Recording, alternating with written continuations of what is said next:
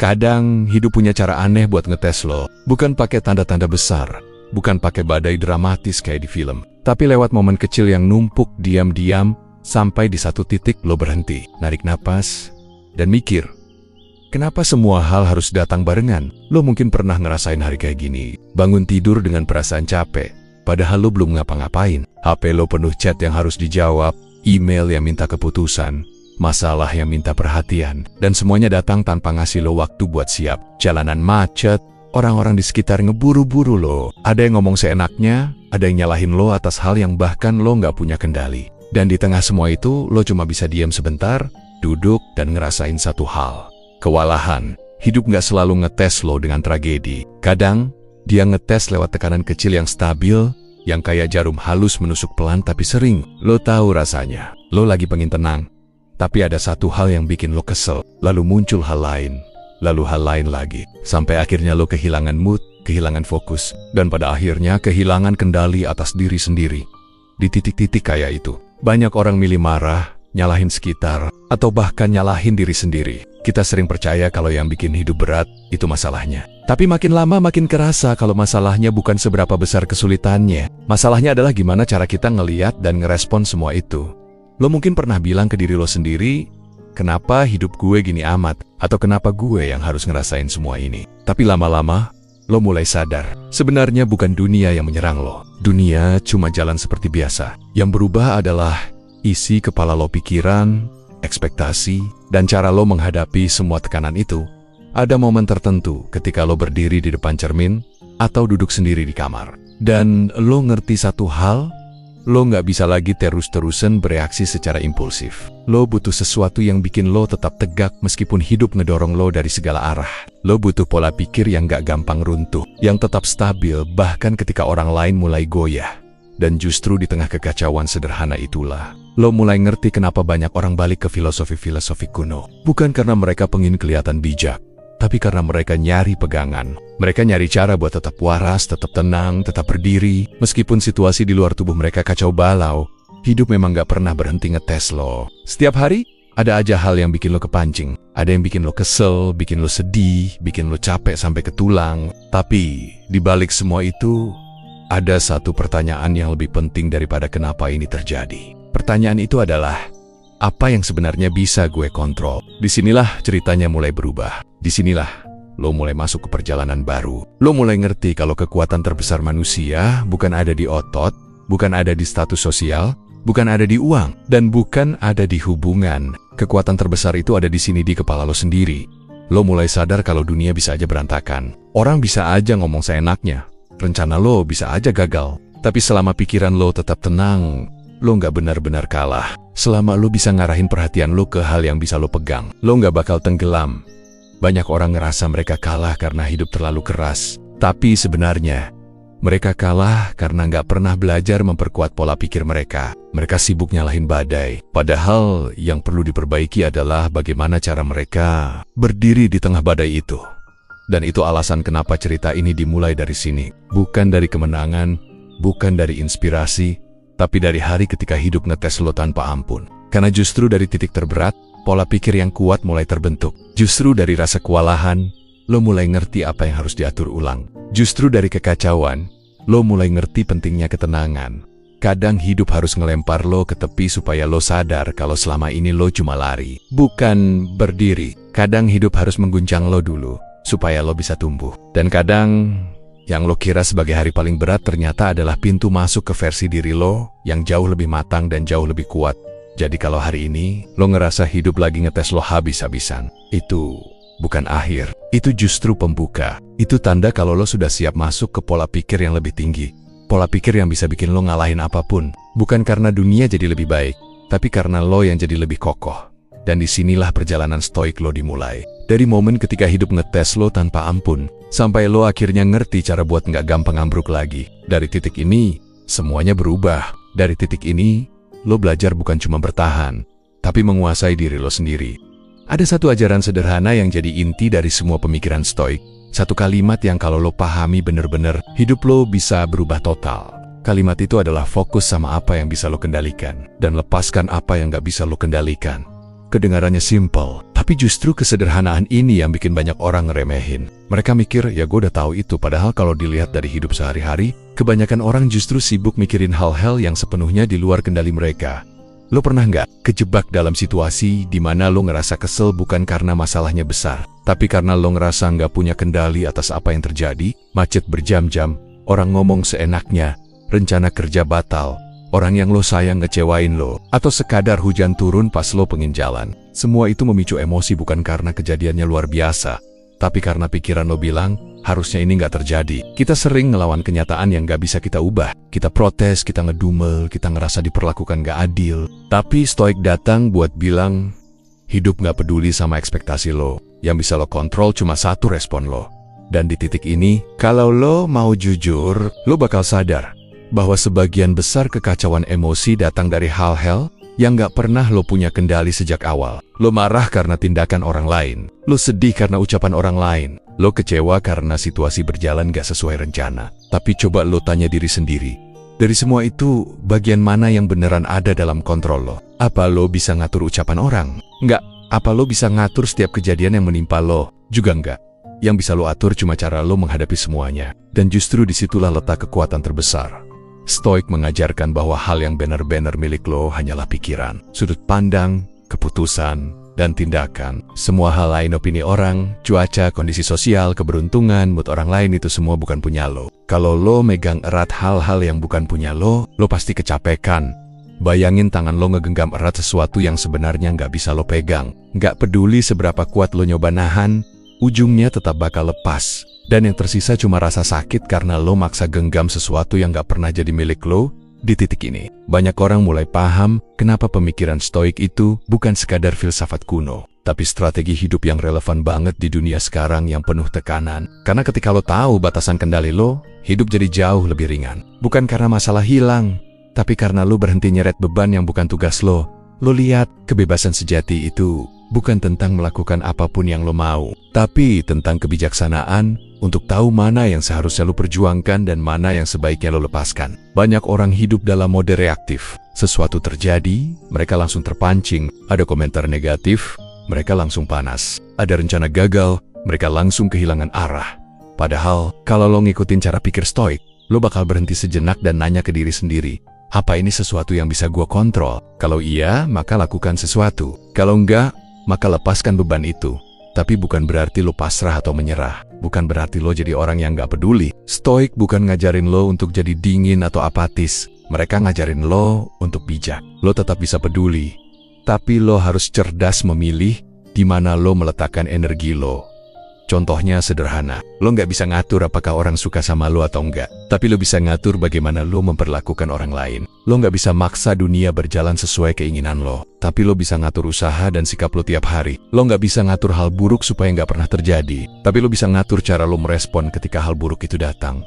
Dan semakin lo fokus pada hal-hal yang berada di bawah kendali lo, semakin hidup lo terasa masuk akal. Lo berhenti kebawa drama. Lo berhenti takut hal-hal yang sebenarnya nggak bisa lo sentuh. Lo berhenti stres karena ekspektasi yang nggak realistis. Lo berubah pelan-pelan jadi orang yang lebih hening di dalam, tapi lebih tegas di luar. Intinya, pemikiran stoik mengajarkan lo bahwa kekacauan hidup bukan datang dari kejadian, tapi dari cara lo menilainya. Pikiran lo adalah filter. Kalau filternya kotor oleh asumsi dan ekspektasi, semuanya terlihat lebih berat dari yang sebenarnya. Tapi kalau filternya bersih, lo mulai ngelihat kenyataan dengan lebih jernih.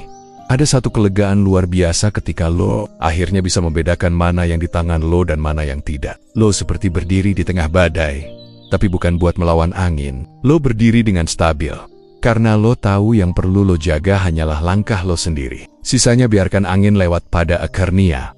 Inti stoik cuma minta satu hal, disiplin untuk memilih fokus. Dan itu adalah langkah pertama menuju pola pikir yang bisa mengalahkan apapun. Karena saat lo berhenti buang energi ke hal-hal yang gak bisa lo kendalikan, lo tiba-tiba punya kekuatan lebih banyak untuk mengubah hal-hal yang memang bisa lo ubah. Disinilah perjalanan lo naik tingkat. Lo mulai ngerti bahwa kekuatan seorang manusia bukan ditentukan oleh seberapa banyak hal yang bisa dia genggam, tapi seberapa bijak dia memilih mana yang pantas dia genggam. Dari sini, perjalanan stoik lo semakin mendalam. Dari sini, pola pikir lo mulai berubah menjadi lebih tenang, lebih stabil, dan lebih sulit digoyahkan oleh dunia luar. Dan begitu lo memahami inti ini, hidup udah nggak sama lagi. Lo bukan cuma bertahan dari tekanan, lo mulai menguasai diri lo sendiri. Dan itu berarti lo sudah mengambil langkah pertama menuju kemenangan yang jauh lebih besar. Ada satu hal yang sering dilupain banyak orang. Yang nentuin kualitas hidup lo bukan situasi yang lo hadapi, tapi gimana lo ngerespon situasi itu. Dua orang bisa ngalamin hal yang sama persis, tapi hasil akhirnya bisa beda jauh. Bukan karena nasib mereka beda, tapi karena cara mereka ngeliat dan merespon kejadian itu beda. Orang pertama bisa marah, panik, atau nyalahin dunia. Orang kedua bisa ngambil napas, mikir sejenak, dan ngambil keputusan yang bijak. Kejadiannya sama, tapi hasil hidup mereka nggak sama. Stoik ngajarin latihan paling mendasar, tapi paling penting, jangan jadi budak situasi. Lo harus belajar jadi pengendali respon lo sendiri. Karena pada akhirnya, respon lo itu adalah satu-satunya bagian dari hidup yang selalu ada di tangan lo. Coba lo ingat beberapa momen kecil dalam hidup. Mungkin ada orang yang motong antrian, ada yang ngomong kasar, ada yang nyalahin lo atas hal yang lo nggak lakuin. Reaksi otomatis lo mungkin kesel, anger, rasa main, atau langsung tegang. Tapi seberapa sering lo berhenti dan nanya ke diri sendiri, apakah respon ini bantu gue atau malah merugikan gue? Kebanyakan orang nggak sadar kalau respon mereka sering memperburuk keadaan. Situasi yang tadinya cuma kecil, jadi besar karena reaksi emosional yang nggak terkontrol. Dan di titik itulah filsafat Stoik masuk dengan satu pesan sederhana. Lo nggak selalu bisa milih apa yang terjadi, tapi lo selalu bisa milih bagaimana lo merespon. Latihan ini dimulai dari satu kebiasaan kecil: jeda. Jeda sebelum marah. Jeda sebelum ngomong. Jeda sebelum mengambil kesimpulan. Jeda sebelum ngikutin impuls pertama yang muncul di kepala lo. Karena dalam jeda itulah kesadaran lo muncul. Jeda itu memberi ruang buat lo mikir, bukan bereaksi secara otomatis. Banyak orang percaya kalau reaksi cepat itu tanda kekuatan. Padahal kekuatan sejati itu justru ada di kemampuan untuk nahan diri dan memilih respon yang tidak merusak hidup jangka panjang lo. Emosi datangnya cepat, tapi bukan berarti lo harus langsung ngikutin. Emosi itu kayak tamu yang datang tanpa diundang. Dia boleh lewat, tapi dia nggak harus ngatur rumah lo. Coba bayangin situasi ini.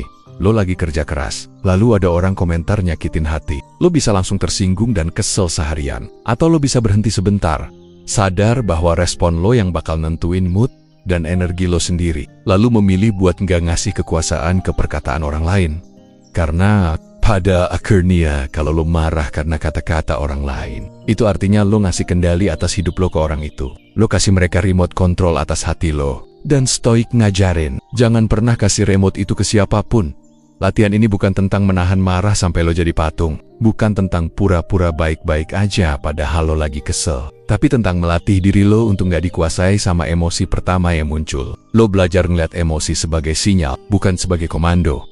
Ketika lo ngerasain marah, bukan berarti lo harus meledak. Ketika lo ngerasain sedih, bukan berarti lo harus nyerah. Ketika lo ngerasain takut, bukan berarti lo harus mundur. Lo boleh ngerasain apapun, tapi lo harus tetap jadi pemimpin atas pikiran dan tindakan lo sendiri.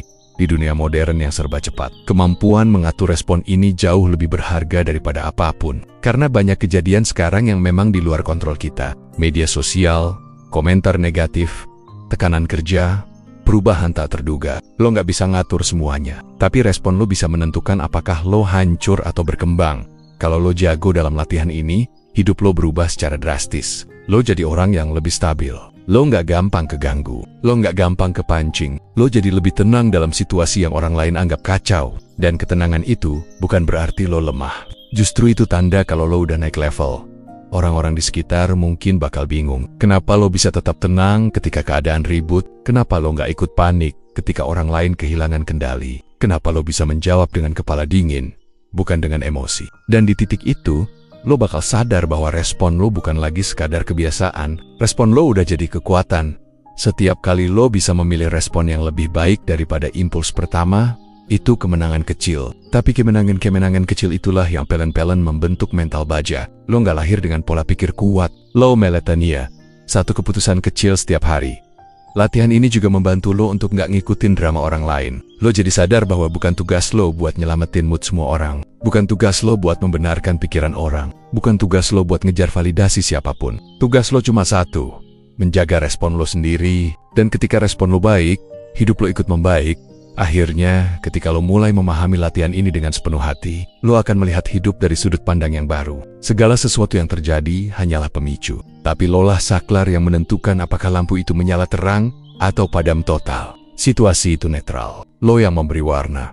Itulah kenapa Stoik bilang, bukan kejadian yang menyakitimu, tapi penilaianmu tentang kejadian itu. Dan begitu lo mulai menguasai respon lo sendiri, dunia luar nggak bisa lagi mengendalikan lo. Masalah bisa datang, tapi nggak bisa ngehancurin lo. Tekanan bisa muncul, tapi nggak bisa bikin lo goyah. Lo jadi pemimpin atas hidup lo sendiri. Dan itu, pada akhirnya, adalah kekuatan yang bisa mengalahkan apapun. Salah satu kesalahan terbesar yang banyak orang lakuin ketika belajar jadi lebih kuat adalah mereka menganggap emosi itu musuh. Mereka mikir kalau mereka harus selalu terlihat tegar, selalu tenang, selalu cuek, dan gak pernah goyah. Mereka percaya bahwa menjadi kuat berarti mematikan seluruh perasaan yang muncul. Padahal, justru itu yang bikin mereka makin rapuh.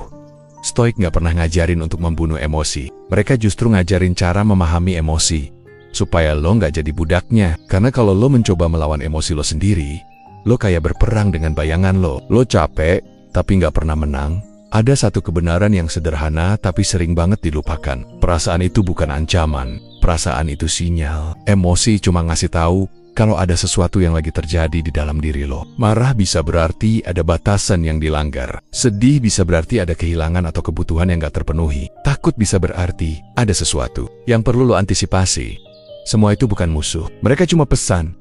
Tapi banyak orang salah membaca pesan itu. Begitu marah datang, mereka langsung meledak. Begitu sedih datang, mereka langsung tenggelam. Begitu takut datang, mereka langsung mundur. Padahal, kalau lo berhenti sejenak dan membiarkan emosi itu muncul tanpa lo buru-buru, emosi itu bakal menunjukkan maksud sebenarnya.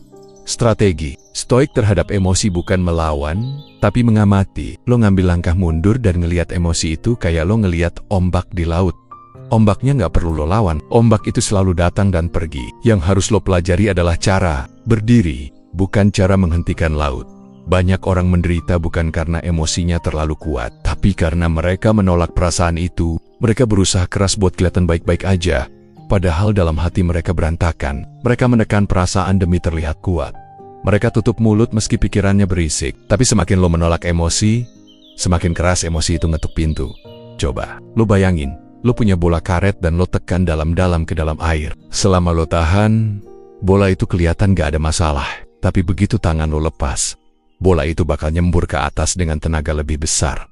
Begitu juga emosi. Semakin lo tekan, semakin kuat dia balik ke lo. Stoik mengajarkan untuk membiarkan perasaan lewat tanpa menghakimi. Lo boleh marah, tapi jangan buru-buru bertindak. Lo boleh kecewa, tapi jangan langsung menyimpulkan dunia itu buruk. Lo boleh takut, tapi jangan langsung menyerah sebelum bergerak. Lo izinkan emosi itu muncul. Lo lihat, lo dengarkan. Lalu lo putuskan apa langkah terbaik setelah itu. Ada perbedaan besar antara merasakan emosi dan dikendalikan oleh emosi. Stoik memilih yang pertama. Lo boleh bilang ke diri sendiri, gue lagi marah, tapi gue nggak harus ngikutin kemarahanku. Gue lagi kecewa, tapi gue bisa ngatur langkah gue. Gue lagi takut, tapi gue tetap bisa melangkah. Di titik ini, lo mulai ngerti bahwa emosi bukan penentu tindakan. Emosi cuma dorongan pertama. Keputusan akhir tetap ada di tangan lo. Dan ketika lo berhenti memusuhi perasaan lo, sesuatu yang menarik terjadi. Emosi itu jadi jauh lebih mudah dikelola. Mereka nggak lagi meledak-ledak, nggak lagi mendominasi. Mereka hadir, lo akui, lalu mereka pergi. Lo nggak lagi nahan mereka mati-matian. Lo juga nggak lagi terseret oleh mereka. Lo berdiri sebagai pengamat, bukan korban. Strategi ini bikin lo jauh lebih tenang, karena lo nggak lagi jadi orang yang gampang meledak hanya karena tersinggung. Sedikit, lo juga nggak jadi orang yang kelihatan kuat dari luar tapi hancur dari dalam. Lo jadi orang yang stabil, dan stabil di sini bukan berarti dingin. Stabil berarti lo bisa memegang kendali bahkan ketika gelombang emosi naik. Dan satu hal yang paling penting, Stoik memahami bahwa emosi itu bagian alami dari manusia. Mereka nggak pernah menyuruh lo jadi robot tanpa perasaan. Mereka cuma mengingatkan bahwa kalau lo mau hidup lebih damai, lo harus berhenti menempatkan diri lo sebagai musuh dari perasaan lo sendiri. Kalau lo lagi marah, tanya, apa yang sebenarnya gue lindungi? Kalau lo lagi sedih, tanya, apa yang sebenarnya gue kehilangan? Kalau lo lagi takut, tanya, apa yang lagi gue waspadai? Kalau lo lagi cemas, tanya, apa yang lagi gue bayangkan bakal salah? Pertanyaan kecil ini bikin lo paham sumber emosinya. Dan ketika lo paham sumbernya, emosi itu berhenti jadi monster. Dia cuma jadi informasi, Di dunia yang sering nuntut lo buat tetap tegar dan gak boleh goyah, strategi stoik datang sebagai penyelamat. Dia bilang, lo boleh merasa apapun tapi keputusan lo harus didasarkan pada kehendak, bukan gelombang perasaan sesaat. Dari sini, lo mulai paham bahwa kedamaian bukan datang dari hilangnya emosi. Kedamaian datang dari kemampuan memahami emosi dan memilih arah sendiri. Lo bukan lagi kapal yang terembang-embing oleh ombak. Lo adalah nahoda yang memegang setir. Terlepas dari seberapa besar ombak itu, dan pelan-pelan, lo bakal makin ahli. Lo bakal makin cepat menyadari emosi sebelum mereka meledak. Lo bakal makin sadar bahwa lo punya ruang di antara merasakan dan merespon. Ruang kecil itu adalah tempat kebijaksanaan lo tinggal. Ketika lo sudah bisa berdamai dengan perasaan lo sendiri, dunia luar kehilangan banyak kekuatan untuk menggoyahkan lo. Lo nggak lagi gampang terseret, lo nggak lagi memaksa diri jadi orang lain. Lo mulai hidup lebih jujur, lebih damai, dan lebih stabil. Itulah strategi stoik. Bukan memadamkan hati, tapi mengenali cara kerja hati supaya lo bisa tetap tenang di tengah arus yang paling deras sekalipun. Dan dari pemahaman inilah, kekuatan mental yang sesungguhnya mulai tumbuh. Ada satu latihan yang mungkin terdengar aneh di awal. Bahkan beberapa orang bisa salah paham dan bilang, ngapain sih mikirin hal-hal buruk? Bukannya itu bikin kita takut, tapi justru sebaliknya. Ini adalah salah satu teknik paling kuat yang dipakai para filsuf stoik untuk membangun mental yang tahan banting. Namanya visualisasi negatif. Konsepnya sederhana. Lo membayangkan kemungkinan terburuk, supaya ketika hidup beneran ngasih ujian, lo nggak kaget, nggak goyah, dan nggak tumbang. Coba lo perhatikan diri lo sendiri. Berapa banyak rasa panik yang muncul hanya karena lo nggak siap? Berapa banyak ketakutan yang sebenarnya bukan karena masalahnya besar, tapi karena lo nggak pernah membayangkan itu bisa terjadi? Kita tumbang bukan karena hidup terlalu keras, tapi karena kita terlalu kaget to shock to move. Visualisasi negatif bikin lo nggak lagi kaget. Lo jadi siap, tenang, solid angin jini. Lo lagi bangun bisnis, tapi lo juga sadar bahwa suatu hari bisa aja ada penurunan penjualan, keputusan klien yang berubah, atau bahkan kehilangan modal. Bukan untuk bikin lo down. Justru ketika lo sadar itu mungkin terjadi, lo mulai mikir lebih jernih. Lo nyiapin rencana cadangan, lo bikin strategi tambahan, lo jadi lebih gesit. Dan ketika salah satu dari itu beneran terjadi, lo tinggal jalanin apa yang udah lo siapin. Bukan panik, bukan menyalahkan keadaan. Lo udah mengantisipasi semuanya sejak awal. Atau bayangin soal hubungan pribadi. Banyak orang kehilangan seseorang lalu hancur total karena dalam kepala mereka semua terlihat pasti. Mereka lupa kalau hidup itu berubah. Visualisasi negatif ngajarin kita untuk sesekali memikirkan, kalau suatu hari orang ini pergi, apakah gue bisa tetap berjalan? Bukan karena lo mengharapkan itu terjadi, tapi karena lo menghargai keberadaan mereka lebih dalam. Lo jadi lebih hadir, lebih penuh, lebih tulus, karena lo sadar apapun bisa berubah kapan saja. Dan kesadaran itu bukan bikin lo takut, justru bikin lo lebih bersyukur dan lebih kuat. Marcus Aurelius pernah bilang, setiap malam sebelum tidur dia membayangkan apa saja yang bisa hilang keesokan hari. Kekayaan, reputasi orang-orang yang dia sayang, bahkan hidupnya sendiri. Kadang gelap, tapi justru karena itu, dia menjalani hari dengan ketenangan luar biasa. Dia nggak hidup dalam ilusi bahwa semuanya aman. Dia hidup dalam kesiapan bahwa apapun bisa terjadi. Dan karena itu, dia nggak gampang diguncang. Coba lo pikir lagi, bukankah penyebab rasa sakit paling besar adalah ekspektasi bahwa hidup harus berjalan sesuai keinginan kita? Kita berharap semua orang selalu baik. Kita berharap pekerjaan selalu stabil. Kita berharap orang yang kita sayang selalu tinggal. Dan ketika kenyataannya lain, kita runtuh. Visualisasi negatif memotong akar. Misalnya, dengan menerima bahwa semua yang lo punya sifatnya sementara, lo justru jadi lebih kuat saat hidup berubah tiba-tiba. Ini bukan tentang menjadi pesimis. Ini juga bukan tentang menarik hal buruk datang ke hidup lo. Visualisasi negatif adalah cara untuk melatih mental dalam kondisi paling aman, supaya lo siap menghadapi kondisi paling kacau. Ibarat prajurit yang latihan perang sebelum perang beneran datang. Mereka bukan mengundang kekacauan. Mereka mempersiapkan diri agar tidak takut ketika kekacauan itu terjadi. Dan hal menariknya adalah ini. Ketika lo membayangkan kemungkinan terburuk, lo justru menemukan ketenangan. Lo tahu bahwa kalau itu sampai terjadi, lo nggak akan hancur. Lo mungkin akan sedih, kecewa, atau marah, itu manusiawi. Tapi lo tetap bisa berdiri. Lo tetap bisa mikir.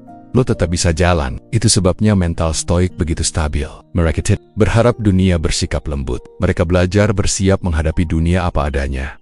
Teknik ini bisa lo mulai hari ini, bahkan sekarang. Ambil satu hal penting dalam hidup lo: pekerjaan, hubungan, kesehatan, proyek, mimpi. Lalu tanyakan perlahan ke diri lo, kalau hal ini hilang, atau gagal, apa yang akan gue lakukan? Bagaimana gue bertahan? Apa langkah pertama gue? Lawan perlu tenggelam dalam pikiran buruk. Cukup melihatnya dari jarak jauh, menyadari bahwa itu bisa terjadi. Dan yang lebih penting, menyadari bahwa lo akan tetap baik-baik aja. Karena inti dari visualisasi negatif bukan tentang kehilangan. Intinya adalah tentang menemukan kembali kekuatan lo. Tentang nyadar bahwa lo jauh lebih mampu, jauh lebih tahan banting, dan jauh lebih tangguh dibanding yang lo kira. Ketika lo sudah siap menghadapi yang terburuk, hidup nggak lagi terasa menakutkan. Dan itulah yang bikin pola pikir stoik jadi senjata mental yang hampir mustahil dikalahkan. Ada satu momen dalam perjalanan lo memahami stoik. Momen yang pelan-pelan mengubah semuanya. Bukan momen dramatis, bukan kejadian besar yang bikin hidup lo jungkir balik. Justru momen kecil, sederhana, tapi punya efek luar biasa. Momen ketika lo sadar bahwa ternyata hidup bisa lo kendalikan. Bukan seluruhnya, tapi bagian yang paling penting diri lo sendiri. Awalnya lo mungkin gak ngeh, lo masih ngerasa hidup sering gak adil. Orang lain bikin masalah, situasi bikin lo stres. Tapi setelah lo belajar tentang kontrol, tentang respons, tentang melihat hidup secara apa adanya, sesuatu mulai bergeser di dalam diri lo. Dan momen itu muncul begitu saja, biasanya saat lo menghadapi masalah yang dulunya pasti bikin lo meledak atau panik. Bayangin aja satu kejadian.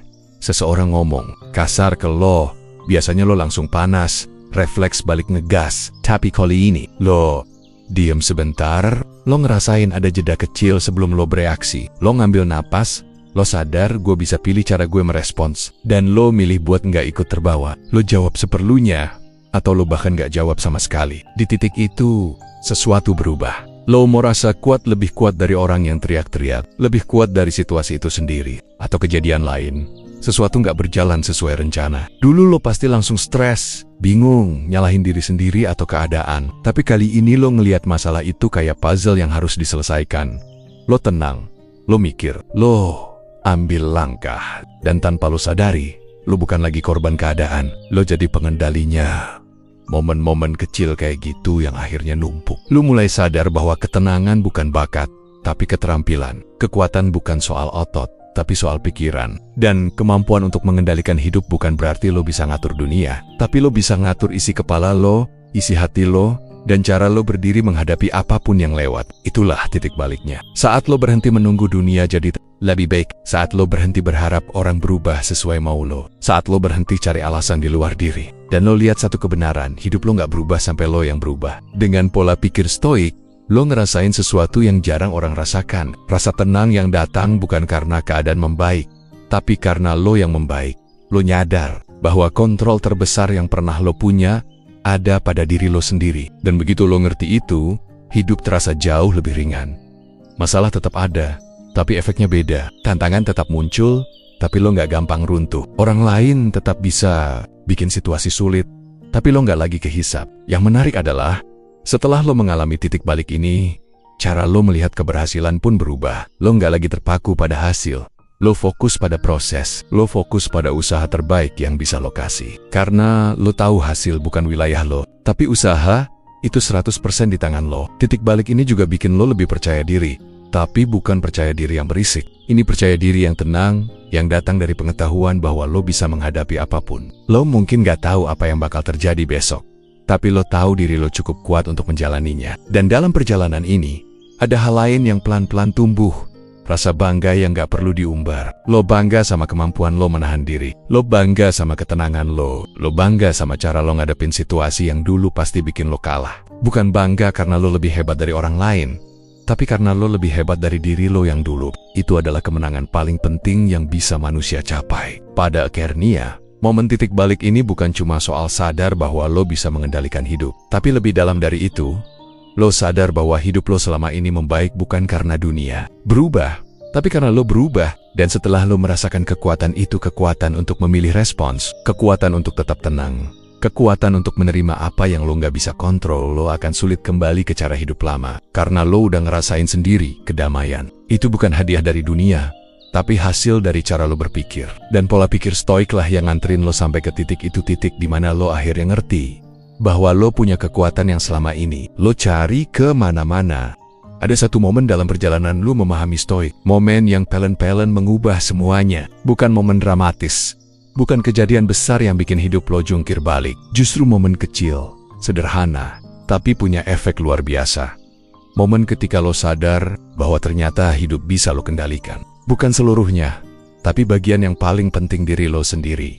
Awalnya lo mungkin gak ngeh, lo masih ngerasa hidup sering gak adil, orang lain bikin masalah, situasi bikin lo stres. Tapi setelah lo belajar tentang kontrol, tentang respons, tentang melihat hidup secara apa adanya, sesuatu mulai bergeser di dalam diri lo. Dan momen itu muncul begitu saja. Biasanya saat lo menghadapi masalah yang dulunya pasti bikin lo meledak atau panik. Bayangin aja satu kejadian, seseorang ngomong kasar ke lo, biasanya lo langsung panas, refleks balik ngegas. Tapi kali ini, lo diam sebentar. Lo ngerasain ada jeda kecil sebelum lo bereaksi. Lo ngambil napas, lo sadar gue bisa pilih cara gue merespons, dan lo milih buat nggak ikut terbawa. Lo jawab seperlunya, atau lo bahkan nggak jawab sama sekali. Di titik itu, sesuatu berubah. Lo merasa kuat, lebih kuat dari orang yang teriak-teriak, lebih kuat dari situasi itu sendiri. Atau kejadian lain, sesuatu nggak berjalan sesuai rencana. Dulu lo pasti langsung stres, bingung, nyalahin diri sendiri atau keadaan. Tapi kali ini lo ngelihat masalah itu kayak puzzle yang harus diselesaikan. Lo tenang, lo mikir, lo ambil langkah. Dan tanpa lo sadari, lo bukan lagi korban keadaan, lo jadi pengendalinya. Momen-momen kecil kayak gitu yang akhirnya numpuk. Lo mulai sadar bahwa ketenangan bukan bakat, tapi keterampilan. Kekuatan bukan soal otot, tapi soal pikiran. Dan kemampuan untuk mengendalikan hidup bukan berarti lo bisa ngatur dunia, tapi lo bisa ngatur isi kepala lo, isi hati lo, dan cara lo berdiri menghadapi apapun yang lewat. Itulah titik baliknya. Saat lo berhenti menunggu dunia jadi lebih baik, saat lo berhenti berharap orang berubah sesuai mau lo, saat lo berhenti cari alasan di luar diri, dan lo lihat satu kebenaran, hidup lo nggak berubah sampai lo yang berubah. Dengan pola pikir stoik, lo ngerasain sesuatu yang jarang orang rasakan. Rasa tenang yang datang bukan karena keadaan membaik, tapi karena lo yang membaik. Lo nyadar bahwa kontrol terbesar yang pernah lo punya ada pada diri lo sendiri. Dan begitu lo ngerti itu, hidup terasa jauh lebih ringan. Masalah tetap ada, tapi efeknya beda. Tantangan tetap muncul, tapi lo nggak gampang runtuh. Orang lain tetap bisa bikin situasi sulit, tapi lo nggak lagi kehisap. Yang menarik adalah setelah lo mengalami titik balik ini, cara lo melihat keberhasilan pun berubah. Lo nggak lagi terpaku pada hasil. Lo fokus pada proses. Lo fokus pada usaha terbaik yang bisa lo kasih. Karena lo tahu hasil bukan wilayah lo, tapi usaha itu 100% di tangan lo. Titik balik ini juga bikin lo lebih percaya diri. Tapi bukan percaya diri yang berisik. Ini percaya diri yang tenang, yang datang dari pengetahuan bahwa lo bisa menghadapi apapun. Lo mungkin nggak tahu apa yang bakal terjadi besok, tapi lo tahu diri lo cukup kuat untuk menjalaninya. Dan dalam perjalanan ini, ada hal lain yang pelan-pelan tumbuh. Rasa bangga yang gak perlu diumbar. Lo bangga sama kemampuan lo menahan diri. Lo bangga sama ketenangan lo. Lo bangga sama cara lo ngadepin situasi yang dulu pasti bikin lo kalah. Bukan bangga karena lo lebih hebat dari orang lain, tapi karena lo lebih hebat dari diri lo yang dulu. Itu adalah kemenangan paling penting yang bisa manusia capai. Pada akhirnya momen titik balik ini bukan cuma soal sadar bahwa lo bisa mengendalikan hidup, tapi lebih dalam dari itu.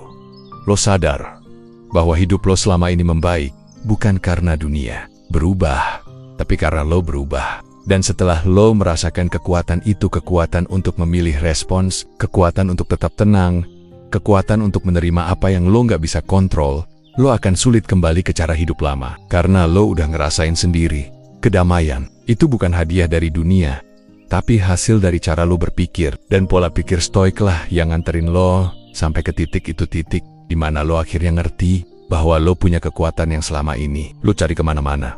Pada akhirnya, semua perjalanan lo memahami stoik mengarah ke satu kesimpulan sederhana tapi dalam, bahwa pola pikir adalah senjata hidup yang paling kuat, paling stable, dan paling bisa diandalkan. Bukan kekayaan, bukan fisik, bukan koneksi, bukan keberuntungan, tapi bagaimana cara lo melihat dunia dan bagaimana cara lo menanggapi setiap hal yang terjadi. Karena setelah lo melewati semua latihan dalam perjalanan ini, dari memahami apa yang bisa lo kendalikan, belajar mengolah respons, mengelola emosi, mencintai takdir, sampai mempersiapkan diri lewat visualisasi negatif, lo mulai menyadari satu hal: dunia mungkin tetap sama kerasnya, tapi diri lo sudah beda. Dan perbedaan itu cukup besar untuk mengubah cara lo hidup selamanya. Pola pikir stoik bukan bikin hidup lo bebas dari masalah, bukan bikin lo kebal dari rasa sedih, kecewa, atau marah, bukan bikin lo jadi robot tanpa hati. Justru sebaliknya, pola pikir ini bikin lo bisa menjalani hidup dengan hati yang lebih kuat, lebih lapang,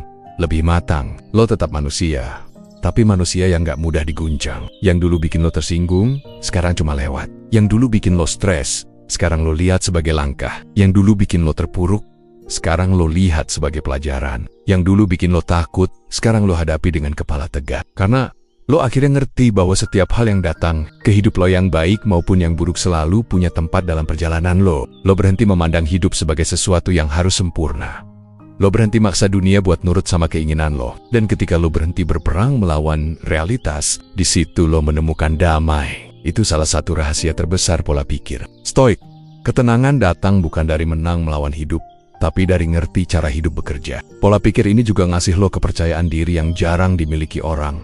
Percaya diri yang gak ribut, percaya diri yang gak butuh pamer, percaya diri yang lahir dari kemampuan buat ngontrol diri sendiri. Lo tahu mungkin aja dunia ngasih lo badai, tapi lo juga tahu diri lo bukan orang yang gampang tenggelam. Lo tahu mungkin aja ada hal-hal yang di luar kontrol lo, tapi lo juga tahu selama lo bisa menguasai pikiran lo, gak ada hal yang bisa menghancurkan diri lo sepenuhnya. Dan yang paling penting, pola pikir Stoik mengajarkan lo untuk kembali ke inti manusia. Kesadaran akan saat ini, bahwa momen yang ada di depan lo adalah satu satania. Momen yang bener-bener bisa lo gunakan. Masa lalu sudah lewat, masa depan belum datang. Yang bisa lo pegang cuma sekarang. Ketika lo hidup dengan kesadaran itu, langkah lo jadi lebih ringan. Beban yang gak perlu akhirnya lo lepas. Pada titik ini, lo akan sadar satu hal yang mungkin gak pernah lo bayangkan sebelumnya. Ternyata kekuatan terbesar dalam hidup bukan soal menguasai dunia luar, tapi menguasai dunia dalam.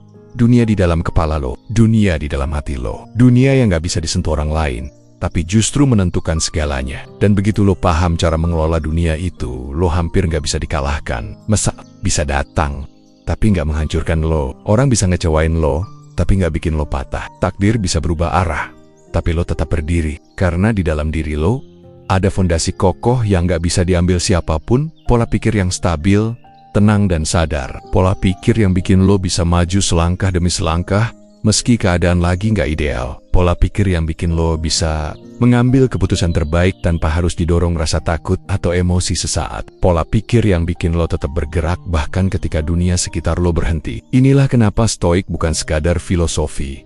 Ia adalah cara bertahan hidup. Character yang bikin lo kuat dalam diam. Cara menjalani hidup yang bikin lo bisa menghadapi apapun yang akan datang. Dan setelah semua perjalanan panjang ini, lo akhirnya bisa bilang ke diri sendiri, gue mungkin gak bisa ngatur hidup sepenuhnya, tapi gue bisa ngatur diri gue, dan itu sudah lebih dari cukup. Karena ketika lo bisa menguasai diri lo, ketika lo bisa menata pikiran lo, dan ketika lo bisa memahami apa yang ada dalam kontrol lo, disitulah lo menemukan kebebasan yang sesungguhnya. Kebebasan untuk tetap tenang, kebebasan untuk tetap berpikir jernih, kebebasan untuk tetap bergerak maju, kebebasan untuk hidup tanpa takut pada hal yang belum terjadi. Dan itulah senjata paling kuat yang bisa manusia punya. Pola pikir yang tak bisa dikalahkan oleh apapun.